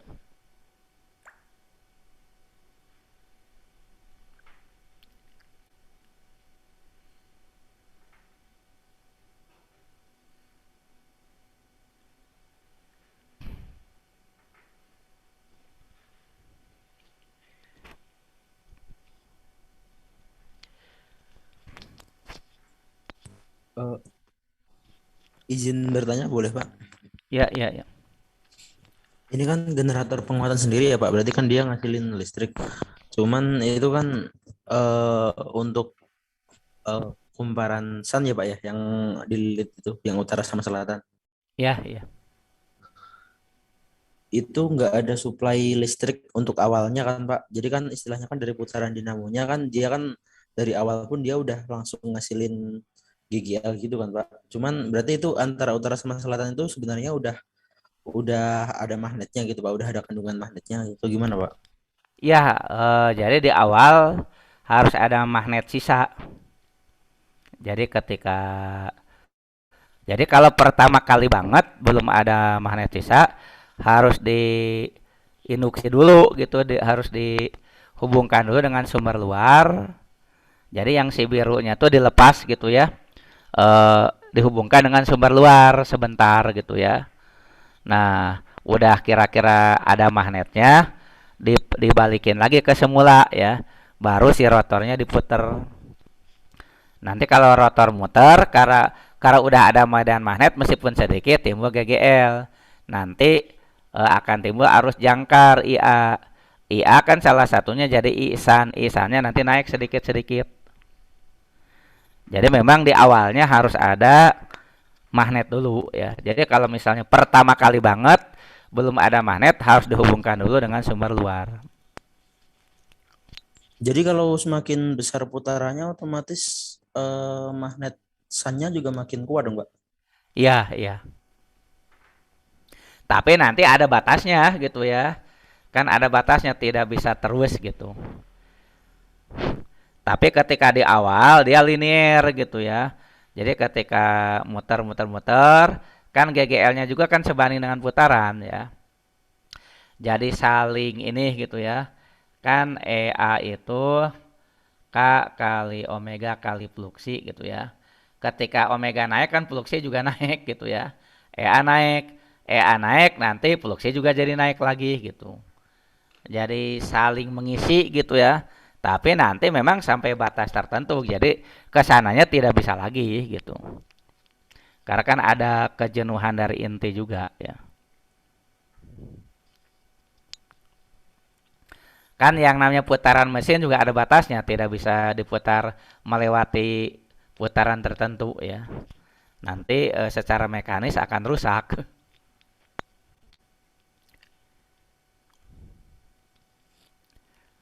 Apakah cukup jelas?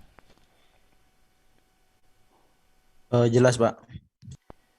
Oke, kita lanjut dengan seri ya.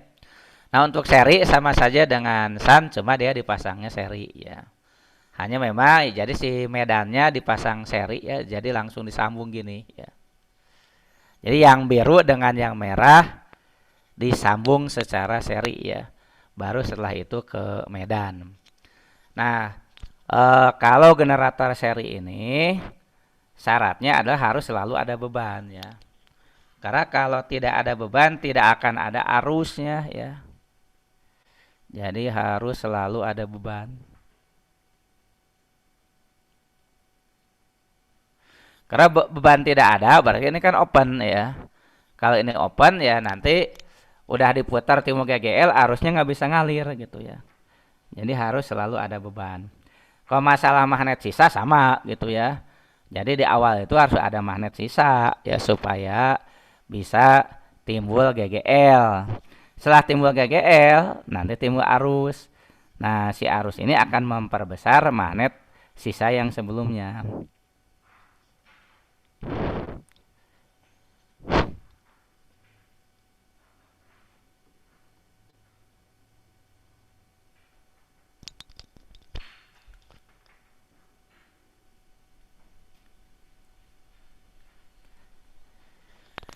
Nah, untuk persamaan-persamaannya ya, arus jangkar, arus medan seri, dan arus beban itu nilainya sama ya. Lalu GGL jangkar ini VT plus IARA. Nah, ini ditambah ya. Ini nambah. Kalau tadi kan cuma VT IARA plus 2 delta E ya. Karena sekarang si jangkarnya seri dengan belitan medan seri ya, jadi ditambah IA kali R seri ya. Nah, berikutnya VT adalah IL kali RL ya, tegangan terminal IL kali RL. PA ya, daya di jangkar adalah EA kali IA. Kemudian VL adalah VT kali IL ya. PL adalah VT dikali IL.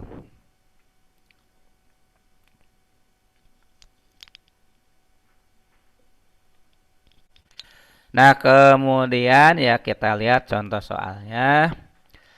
Nah, ini dikasih apa namanya? Ya, rangkaian ekuivalennya supaya jelas. Kalau nanti mah soalnya nggak ada rangkaian ekuivalen, jadi harus kita gambar sendiri ya. Suatu generator arus searasan 4 kutub mempunyai 55 jalur, mempunyai 55 alur jangkar. Tiap alurnya berisi 8 penghantar. Jadi jumlah penghantar totalnya ya 55 kali 8 ya. Bila kecepatan putar generator 900 rpm, flux per kutub 5,6 kali 10⁻⁶ Maxwell, dan garis edar paralel 4, hitung GGL yang dibangkitkan jangkar. Lalu jika arus jangkar 100 ampere, resistansi kumparan jangkar 0,05 ohm, rugi tegangan pada semua sikat 2 volt, hitung besar tegangan terminal generator. Ya, ini kita gunakan rumus ya. Karena ini RPM ya, jadi kita gunakan rumus EA adalah keaksen kali N kali fluksi ya. Nah, keaksennya ZP per 60A ya. Nah, kenapa bukan per 2 VA? Ya, karena menggunakan yang RPM ya. Kali N kali fluksi. Nah, maka GGL jangkar adalah Z-nya 55 kali 8 ya. Lalu dikali P, jumlah kutubnya 4 per 60 kali A, jumlah garis edar paralelnya 4. Lalu kali N 900 kali fluksi, ini hati-hati Maxwell ya, harus diubah ke Weber. 5,6 kali 10 pangkat 6 ya. Nah, tadi kalau Maxwell ke Weber itu kali lagi 10 pangkat Kali min 10 8 pangkat min ya. 8. Ya, jadi nanti ya dapatnya kalau dihitung ini coret-coret ya. Nih, coret 1 15. Ya, pokoknya ini rumusnya ya, Bapak nyontek ini aja. Kan sama nih angkanya. 369,6 ya. 369,6 volt ya. Nah, untuk pertanyaan berikutnya, jika arus jangkar 100 ampere, ini 100 ampere.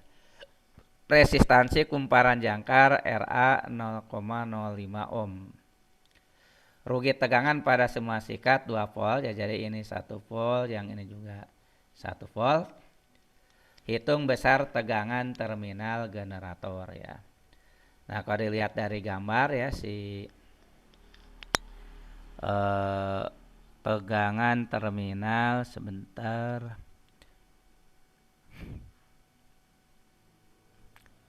Udah ada arus jangkar 100, nanti terbagi 2 ya, ini IL, ini ISAN.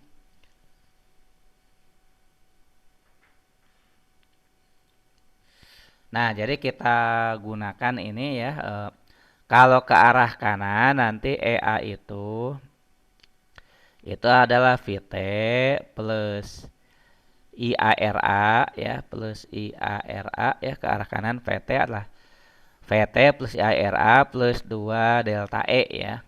2 delta E. EA VT plus IARA plus 2 delta E ya. Nah, jadi 369,6 sama dengan VT plus arus jangkarnya 100 ya. Kali RA-nya 0,05 plus 2. 369,6 sama dengan VT plus 7 ya, plus 7. 5 tambah 2 ya, maka VT adalah 362,6 volt ya.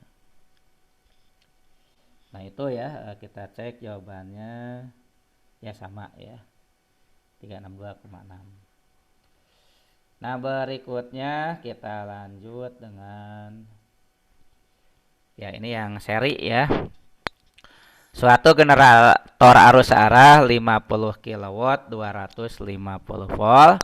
Resistansi kumparan jangkar 0,1 ohm. Rugi tegangan pada semua sikat tidak ada ya. Jadi delta E-nya 0 ya, ini 0. Hitung arus jangkar ya, lalu hitung resistansi medan seri bila tegangan yang dibangkitkan jangkar 300 ya. Nah, ini generator arus arah seri 50 kW 250 volt. Jadi VT-nya 250 volt ya. Kemudian V di bebannya VT kali IL itu adalah 50 kW ya, 50 kW. Resistansi kumparan jangkar ini 0,1 ohm ya. Kalau ini gimana?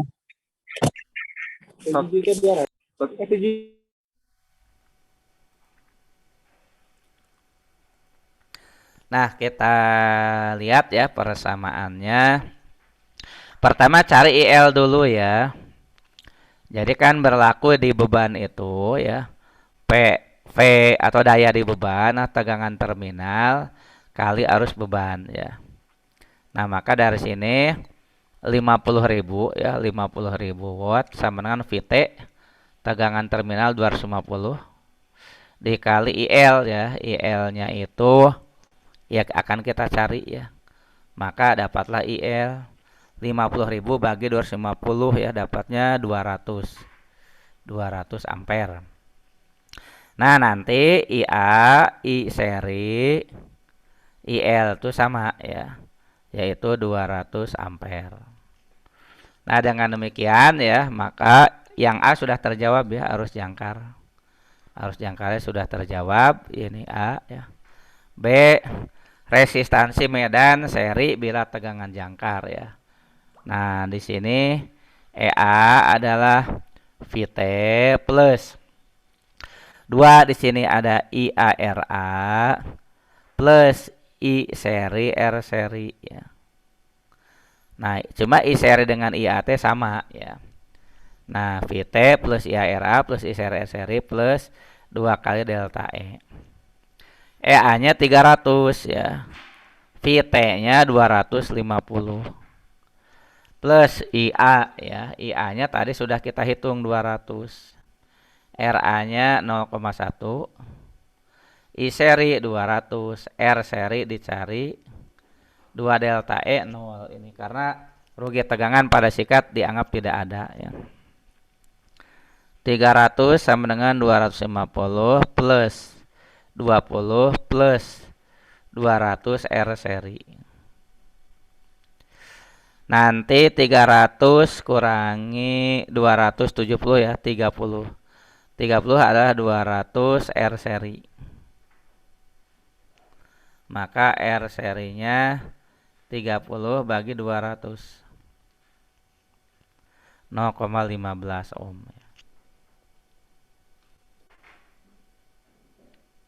Ntar diintip dulu sama enggak ya. Ya sama ya, 0,15. Nah, itu untuk contoh soal motor DC penguatan seri ya. Pak, izin bertanya, Pak. Ya. Untuk VL itu maksudnya apa ya, Pak? Apa bedanya? Tadi kan kalau VL sama dengan VA. Kalau VA kan itu tegangan pada jangkar ya, Pak. Kalau VL itu apa ya, Pak? Tegangan di beban. Oh, bebannya, Pak. Baik, Iya, Pak. daya di beban ya. Kan tidak sama ya daya di beban dengan daya di jangkar. Karena kan ada rugi-rugi di RA dan di R seri.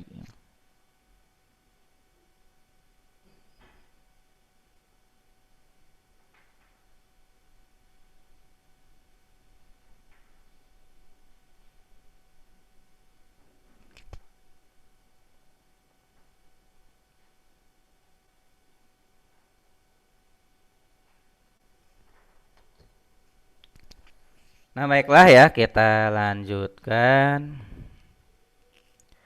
Ini berikutnya adalah generator arus searah kompon ya. Jadi kalau kompon itu ada seri dan paralel, dua-duanya ada ya. Ada yang pendek, ada yang panjang ya. Kalau yang pendek itu di paralel dulu baru di seri. Kalau yang panjang di seri dulu baru paralel.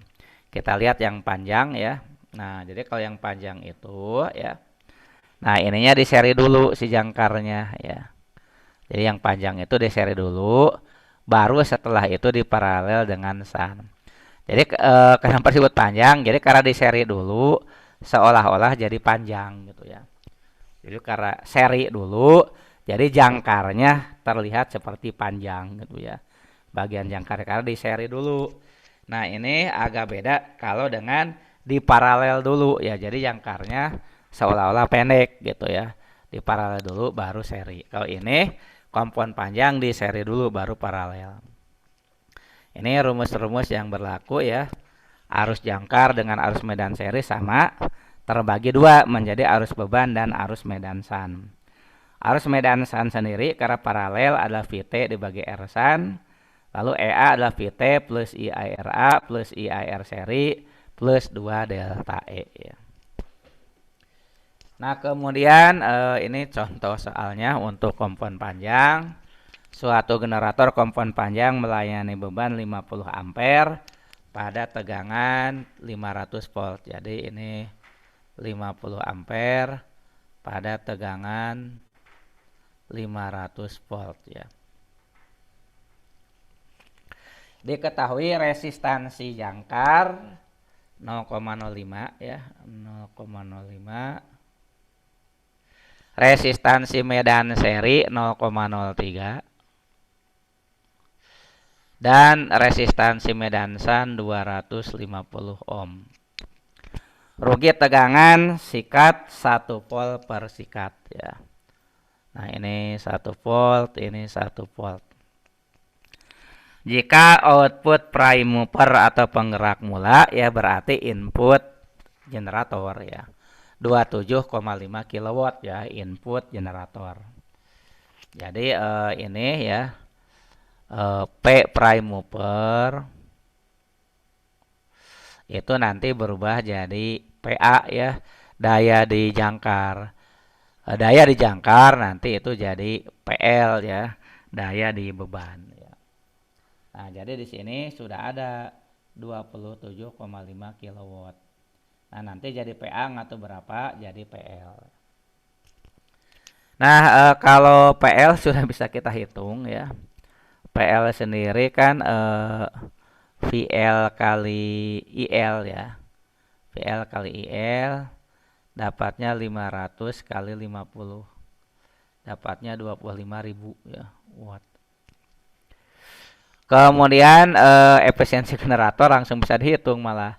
Kita ngitung B aja dulu ya. Efisiensi adalah keluaran P di beban per daya masuknya ya daya prime mover ya kali 100%.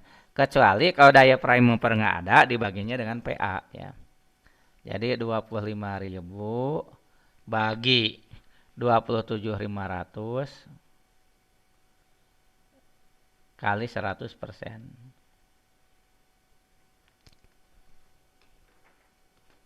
Sebentar Bapak hitungin ya.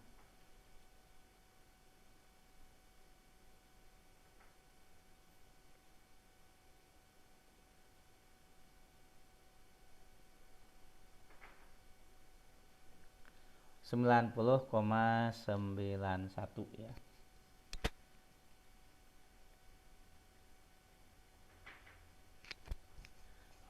Nah, kemudian itu yang B ya, yang A tegangan yang dibangkitkan jangkar ya.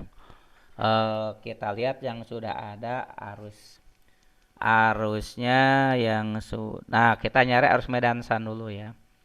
Arus medan shunt adalah VT per R shunt 500 bagi 250 ya, dapatnya 2 ampere ya. Sehingga arus jangkar adalah arus beban plus arus medan shunt ya. Isan. Ya, arus jangkar berarti 52 ya, 52 ampere. Ini sama juga dengan arus seri ya. EA ya, EA itu nanti berubah jadi VT plus IARA plus I seri R seri plus 2 kali delta E. Nah, VT-nya 500 plus IARA 52 kali 0,05 I seri 52 juga kali 0,03 kemudian ditambah 2.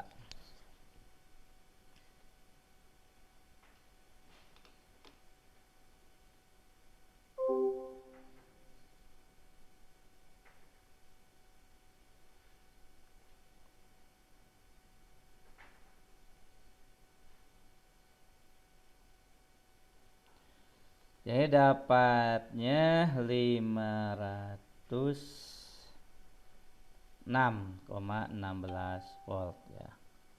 506,16 volt.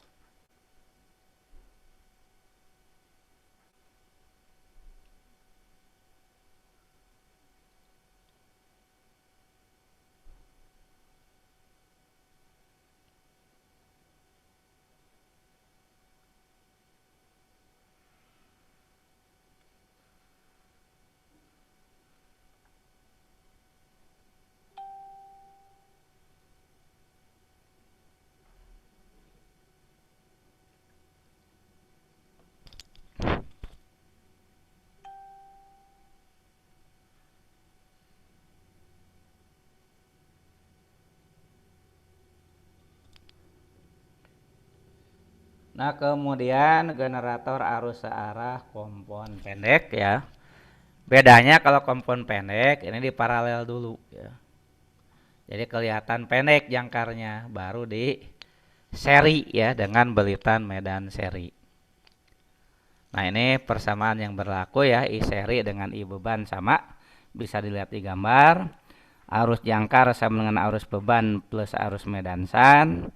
IA adalah VT plus IARA plus I seri R seri plus 2 delta E. EA adalah IARA ya, jadi boleh juga EA itu dicari pakai EA itu sebentar, ini seperti ada yang kurang. EA itu ada IARA plus I shan R shan. Oh betul ya. Plus 2 delta E itu karena sebelah kiri ngitungnya ya. Jadi nggak ada VT-nya. Kalau VT itu ke arah kanan. Ya ini contoh soalnya. Generator arus searah kompon pendek 20 kW. Nah ini 20 kW. Bekerja dengan beban penuh pada tegangan terminal 250 volt ya. Resistansi kumparan jangkar 0,05, seri 0,025, shan 100. Hitung tegangan yang dibangkitkan jangkar ya. Kita cari dulu arus bebannya ya, yang sama dengan arus beban seri ya. Arus beban sama dengan arus medan seri adalah P ya, P beban dibagi dengan V terminal ya, yaitu 20 kW 20.000 watt bagi 250, dapatnya 80 ampere ya, 80 ampere IL-nya ya.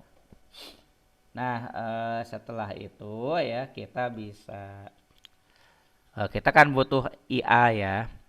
Nah, perhatikan rangkaian ke sebelah kiri ya. I shan R shan sama dengan rangkaian ke sebelah kanan I seri R seri plus VT ya. I shan kita belum tahu, R shan-nya 100. Sama dengan I serinya itu 80 kali R seri 0,025 plus VT-nya 250. Maka 100 kali I shan adalah 80 per 42 ya, 252. Maka I shan-nya 2,52 ampere. Dari sini dapat arus jangkar. Arus jangkar itu I shan plus I beban ya. 82,52 ampere. Ya, jadi terakhir EA adalah kalau kita ambil ke sebelah kanan, IA itu adalah VT plus IARA plus I seri R seri plus 2 delta E ya. Nah, karena di sini rugi tegangan pada sikat tidak disebutkan, kita anggap 0 nanti ya. VT-nya 250 plus 82,52 kali 0,05 tambah I seri itu 80 kali 0,025 ditambah 0. Maka dapatnya 2.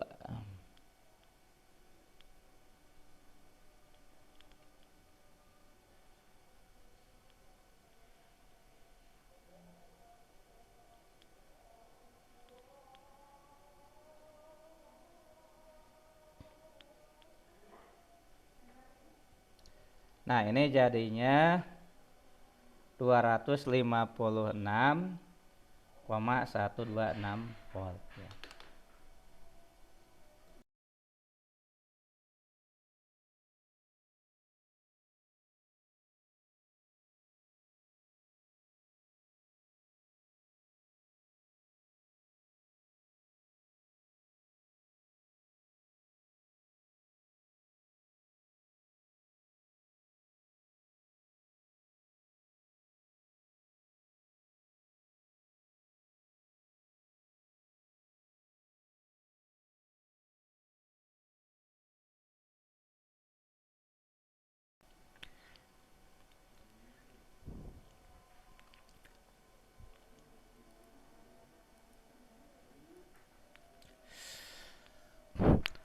Nah, sepertinya ya untuk materi yang berikutnya ya penjelasan lebih detail tentang generator DC penguatan terpisah ya, yaitu karakteristik terminal.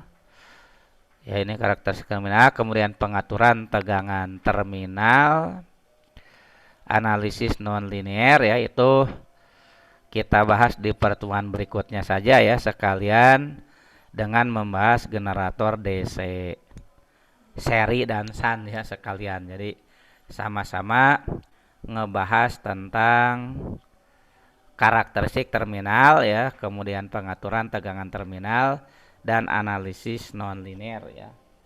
Ini karena waktunya tanggung ya, tidak mencukupi ya, dan juga sudah keburu asar ya. Jadi untuk hari ini ya kita cukupkan sampai itu saja dulu ya.